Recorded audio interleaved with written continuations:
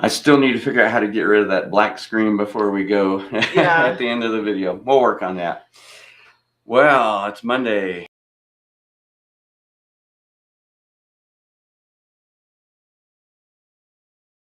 Groundhog Day. I know. I I want to watch the movie again. I love that movie with Chevy Chase. Isn't it Chevy Chase? No. I thought it was. Ghostbusters. His name's not coming to me. I can see his face. Anyhow, yeah. Anyways, I asked your mom. Your mom said that this morning. I said, so does that mean we get to watch Groundhog Day over and over and over? Belushi? Jim Belushi? No, I don't think it is. Um, Let me look. The guy from Ghostbusters. Say hello when you come in. Oh, I didn't even put a post on. Someone said, "Good morning, Vicky." James Belushi, isn't that? No. Who's the guy from Ghostbusters that plays in Groundhog Day? Okay, Vicky? pull it up. Who is it? Bill Murray. Bill Murray. That's it. It's That's not what I even meant. close. That's what I meant. See, Vicky has it. Bill Murray. Bill Murray. Yeah, thank you. Yeah, we try to start Mondays off a little bit chill, but we were in there talking and getting our coffee and heard the second video come on. You don't realize like how slow the Keurigs take to warm up until you're in a bind. Yeah, when you have 90 seconds to get a cup of coffee, that's when they want to take a little bit longer. Mm-hmm. Have to warm up and then add water, all that good stuff. Yeah. But man, so I can't believe today's February. February 2nd. So Punxsutawney Phil says 6 more weeks of winter. Which we'll see. I think this winter, we've been saying this for the past 5 years, but this winter looks a little bit different. We've got a big snow. Mm-hmm. We've got a couple little snows before the big snow, but we'll see. We're going to have snow for a while. In fact, we're probably going to have to start chipping away. I looked, I have 2 cars still that have 8 feet of snow behind them. They only plowed half our road. And so I have to plow the other half of the road to get my cars out. So anyhow, some stuff around the church to do too. Man, exciting times in the life of Summit Christian Fellowship. Lots happening going on. Mm-hmm. Yesterday was a super cool baptism service. Mm-hmm. Pretty full crowd. Mm-hmm. Which is crazy when you're looking at February. Just love the new people. God's bringing in new people all the time. So that's way cool. So today, later, I need to empty the baptistry. Yeah. That's going to be one of my things for today. Your tasks. Yeah. But I went ahead and made a list of some stuff because we have a lot going on. So yesterday was Baptism Sunday. We'll do another one of those in April because we had some that couldn't get into this time. So 3 more that I'll talk with for the April baptism. This coming week is New to Summit. Yes. And I'll be sending out some more invites, reminders. New to Summit, what we do, we haven't done this in a while. I don't think we've done it since we've become Summit. So it's been a year. It's been a year. We used to do New to FBC. So New to Summit is a time where we can, the new people that are coming in can come. We have lunch together. We provide the lunch.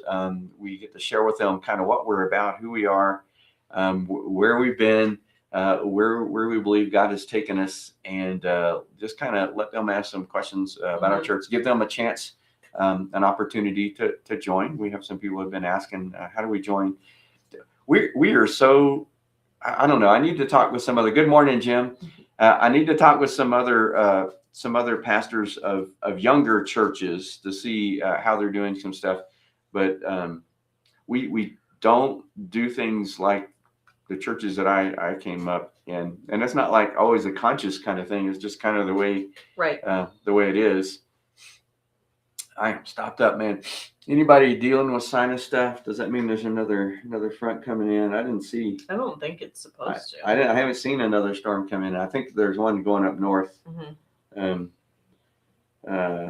40s and 20s, 50s and 30s for a couple of days, then back to 40s and 20s. Yeah. So I don't think it's like an actual. No, but man, am I stopped up. Anyhow, I was going to look at my Your my calendar. notes. No, look at my notes. I made some notes of stuff that we want to cover. So, NUDA Summit coming up. We are heavy into tech, and so we want to help all the new people know how to get into that, so they can know what's happening, going on in the life of the church. We're working hard on keeping things updated, like our church app, that front page, our page, or Facebook, keeping all the stuff on there. Our web page, the homepage for that, and the upcoming events.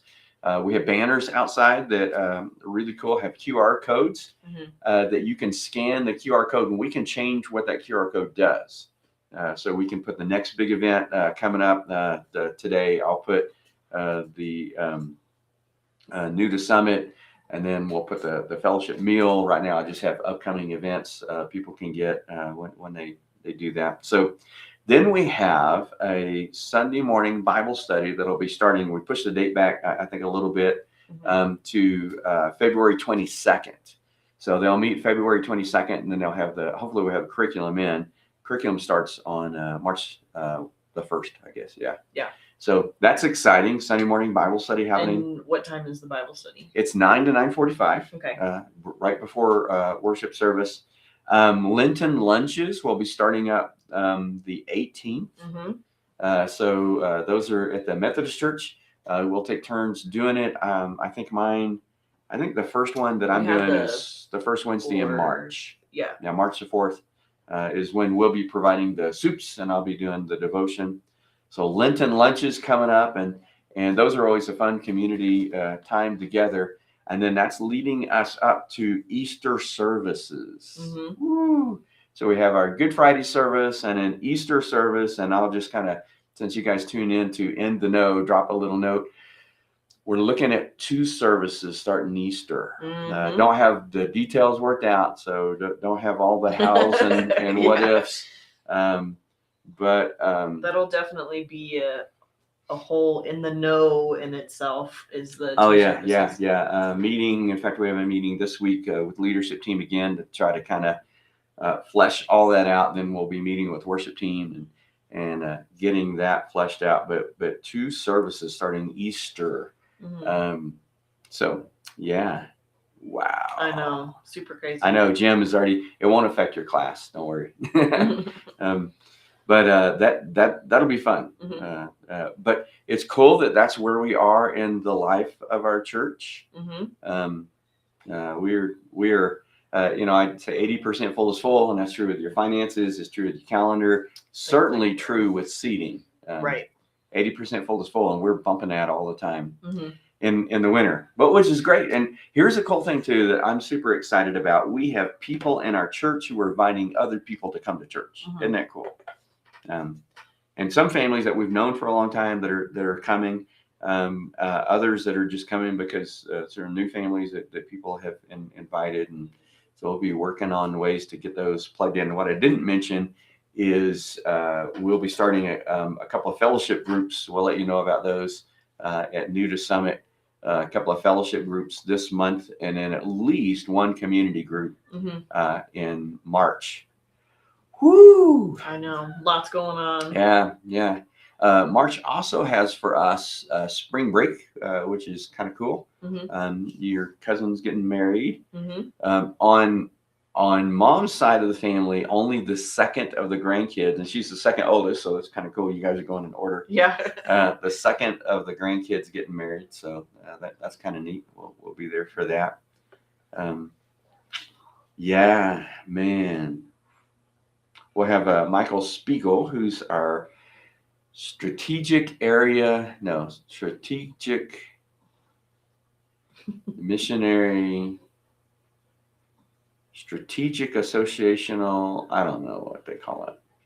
Associational missionary strategist. Is it? Associational missionary strategist is the new term for what we used to call the director of missions or the associational missionary, depending on what part of the country you grew up in.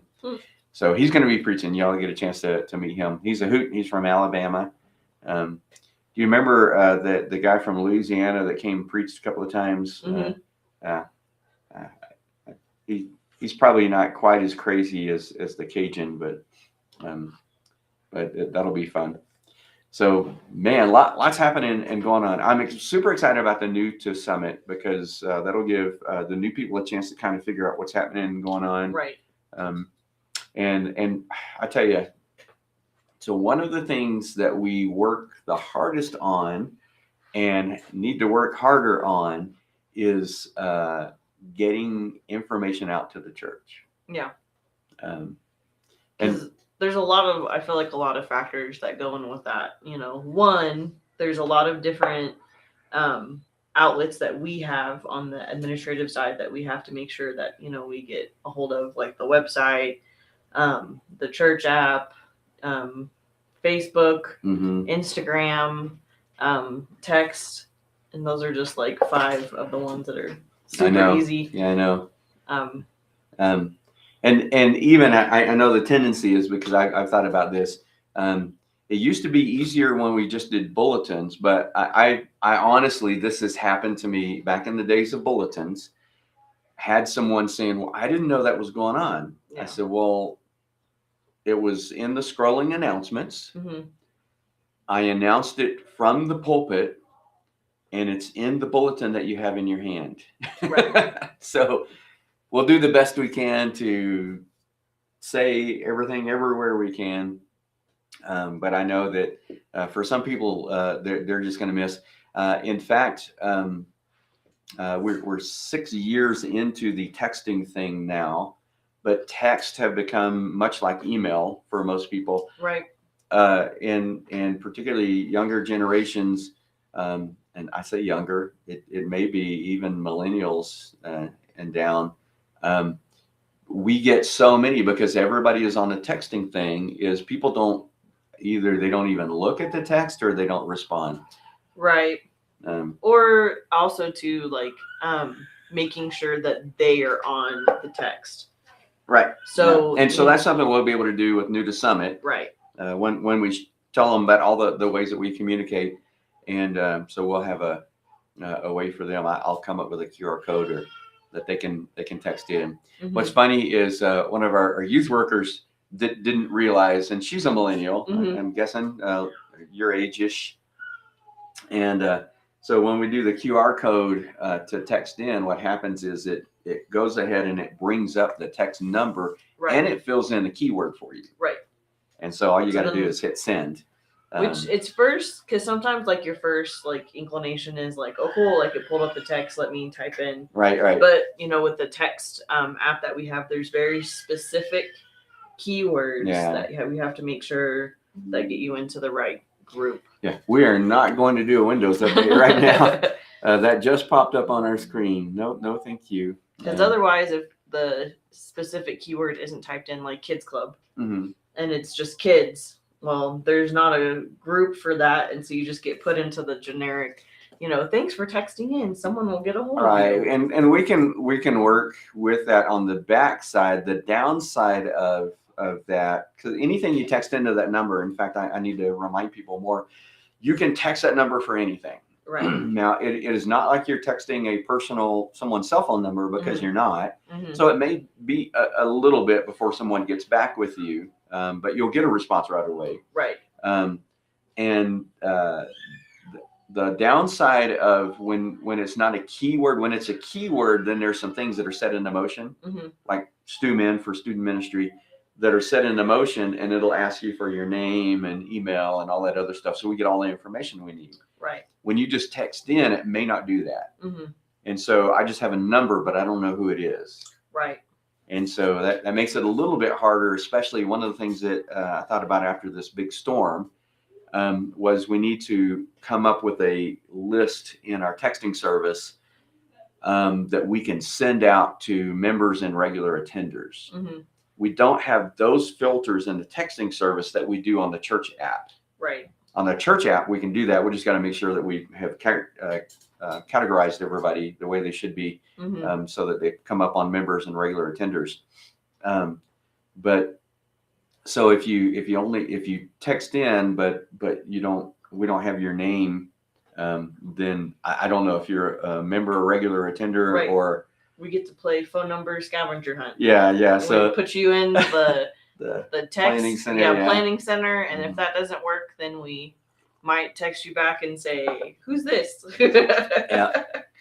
Yep. One of the plus sides of using Planning Center for announcements and stuff, and that's our church app. Church Center is what you have on your phones.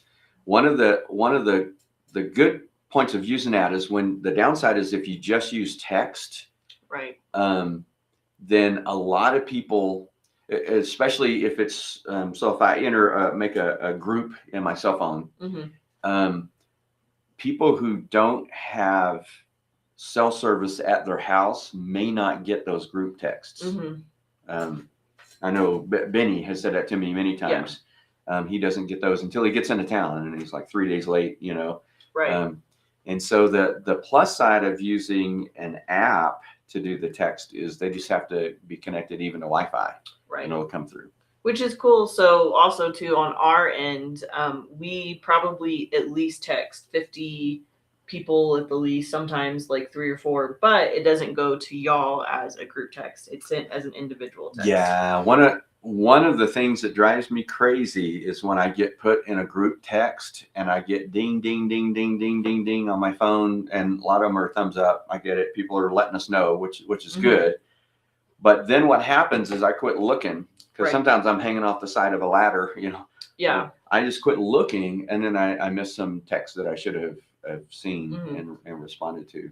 But it's cool because in that way, like if I'm in the women's Bible study and a group text was sent out, but I had a very specific question, I can still text that question in, but no one else can see what I'm texting in. Only the people on the admin side can see what I'm texting. And when we do that with our texting service, that happens that way. When you respond, it only comes in on the admin side. It doesn't go to everybody. And people have trouble, I guess, understanding that. That's something we can explain a little bit better in New to Summit, because they think of it. I see people who think they're texting the whole group, but they're not. It's just coming to me. Right. Whenever. Which is kind of nice though, because with prayer request and like even specific groups, like if there's something that's more of a personal nature, then it's easier to text in to the number, knowing that only a very select people are going to see your text versus the whole group of like 50 or something. Oh, sure. Yeah. Yep. So that and just the reliability of it. But so we'll do the best we can. I think more and more on the things that we have around the church, rather than putting specific announcements in those acrylic holders, I'm going to put places where people can scan a QR code and it goes right to whatever that is. For example, student ministry. Right. They can scan that and it goes to the student ministry page and lets you let you know everything's going on with student ministry, kids ministry, Bible studies, fellowship groups, informational fellowship groups, community groups. So just to have, because here's what happens. We have 5 bathrooms in this church. Right.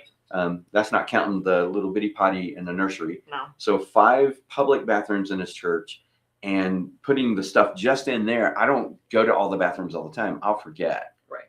And someone pointed out last week or a week before, hey, that sign isn't right, and so you're like, gotta go. Which also too, I think, with how much we as a church, like we go through, we do events, like we're always like this week might be super packed, but next week is going to look completely different than this week looks. Yeah. And so I actually think doing that, the QR code where you can scan in and look at pages, and that would be so much easier. Right. Yeah. That we have to update those and stuff. So I don't know if you can see, we've got a computer in the studio that's controlling a monitor outside.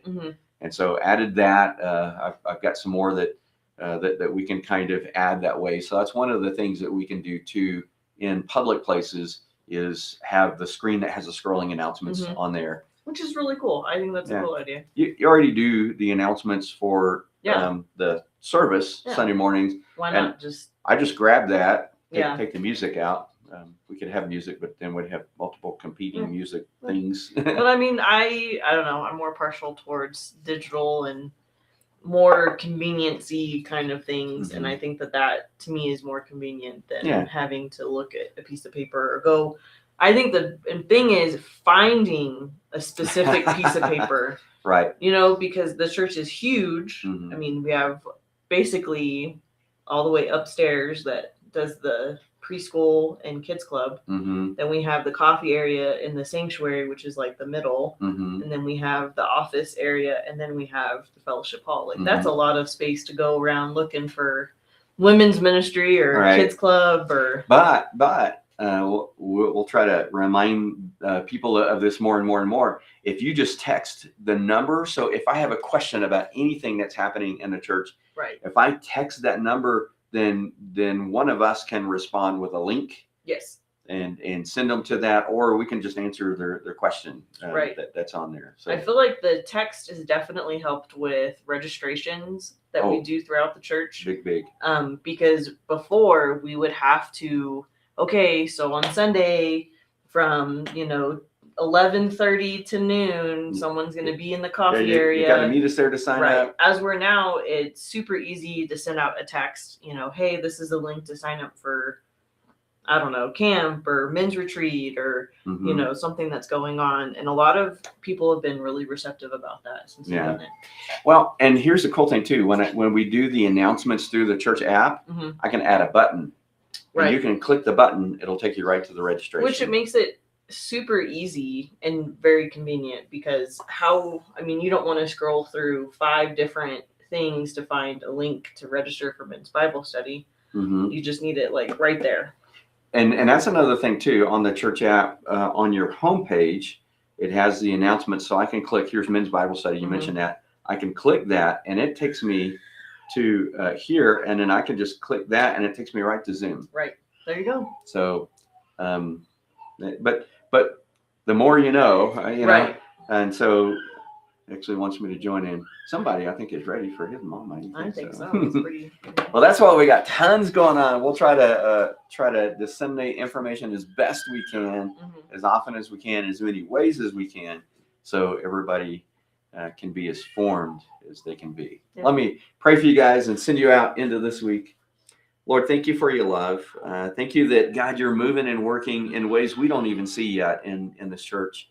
God, just thank you for the people that you're bringing in, or the way that you're working in their lives. God, just the sense of excitement and expectancy, Lord, that we have here at Summit. Help us to be faithful as leaders, Lord, in getting all the things in place that need to be in place to help people find Jesus and discover community. That God, we want them to be in a life-changing relationship with Jesus, and God, we want them to be connected in this community, this church. Father, help us to do it well for your honor and for your glory and for the gospel's sake. In Jesus' name we pray. Amen. Well, thanks, guys. And we will see you, Wednesday. Jim and I will hop on Wednesday, and we will talk about when you make Jesus the center of your life, there's hope in every situation. That's hard to imagine. I can think of some situations that might seem pretty hopeless. Yeah. So anyhow, love you guys. We will see you on